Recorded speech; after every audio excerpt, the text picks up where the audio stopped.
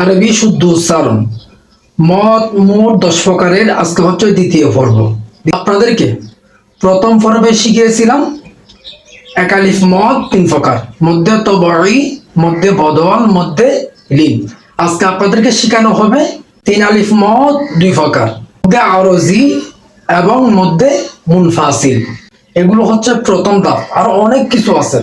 আপনার আরবি 29 হরফ কোন স্থান থেকে উচ্চারিত হয়, আরবি হরফ 29টি, মাকরাজ হচ্ছে কি 17টি কোন স্থান থেকে উচ্চারিত হবে, শব্দগুলো আপনাদেরকে শিখাবো।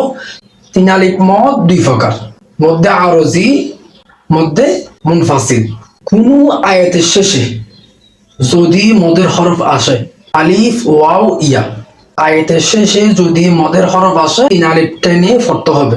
মদের হরফের পরে যদি লম্বা হামজা আসে, এটাকে বলা হয় মুনফাসিল, এটাকে 3 আলিফ টেনে পড়তে হবে।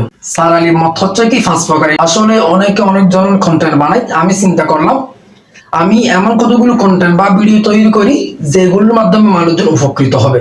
4 আলিফ মদ হচ্ছে 5 প্রকার, মধ্যে লাজিম হরফি মুসাক্কল, মধ্যে লাজিম হরফি মুখাফফফ, মধ্যে লাজিম কলামি মুসাক্কল, মধ্যে লাজিম কলামি মুখাফফফ, মধ্যে মুত্তাসিল।